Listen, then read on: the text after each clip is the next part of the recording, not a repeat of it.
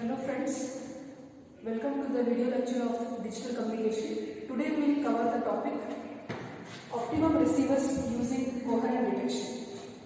So in the previous classes we have discussed how to get the vectors, that is when the signal is transmitted through AWGN channel and when it is passed through a correlators, we are going to get a observation vector x. So whatever x of t, it is corrupted by a AWGN noise.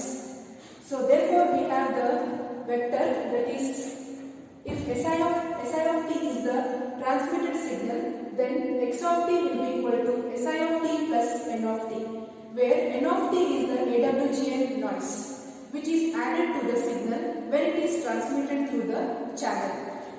Now, what is the job of the receiver? Now when it is passed through a channel, the job of the receiver is to estimate what is transmitted. Here we are mainly concentrating about coherent detection. Means the receiver is knowing the information about the phase of the transmitted signal. That is, some information about the transmitted signal is known at the receiver. That is the meaning of coherent detection. Whereas in non-coherent detection, nothing about the transmitted signal is known at the receiver. Now we are mainly going to concentrate about three coherent detection methods. That is, first one is maximum likelihood detection, second one is matched filter, and then we are going to talk about correlators. So first we will talk about, that is, maximum likelihood detection. So this is the maximum likelihood detection. So when x of t is the received vector, so we can see that there are three. If we are taking n is equal to 3, so this we have already seen, that is n is equal to 3 indicates there are three basis functions what we have used to constitute the Si of t. Now here we can see Si of t, or we can also write it as Mi, that is message signal, Mi and x. Okay, in the signal constellation, that is the space where we can represent the signal, the noise and the received vector. We can call that space as Euclidean space. That Euclidean space is known as signal constellation. Now here, so we can see that if we represent the message signal in the signal constellation, this is a point, and when we represent the received signal vector, that is x, in the signal constellation, here it points. So there is a space between the message vector and the received signal x of t vector. Now this difference is nothing but which is arrived due to the noise vector. Now, so this is the signal constellation. So we have used here, for our example, we have used three basis functions, phi1, phi2, phi3. So it is a three-dimensional signal constellation. Now here, whichever detector we are going to use, okay, whether it is a coherent detector, whether it is a non-coherent detector, our aim is to reduce the probability of error. That is, probability of error should be minimized as much as possible. Now here, first coherent detector is maximum likelihood detection.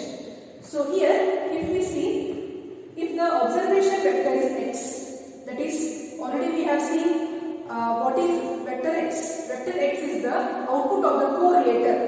At the receiver, if we are using correlator, so we are going to get the output as x. We have also seen that the mean of the correlator output is Sij, that it depends on the signal Sij, that is signal vectors, and we have also seen that the variance is equal to n0 by 2. Variance depends only on the noise which is getting added to the signal. And also see that whatever the correlator outputs are there, they are statically independent.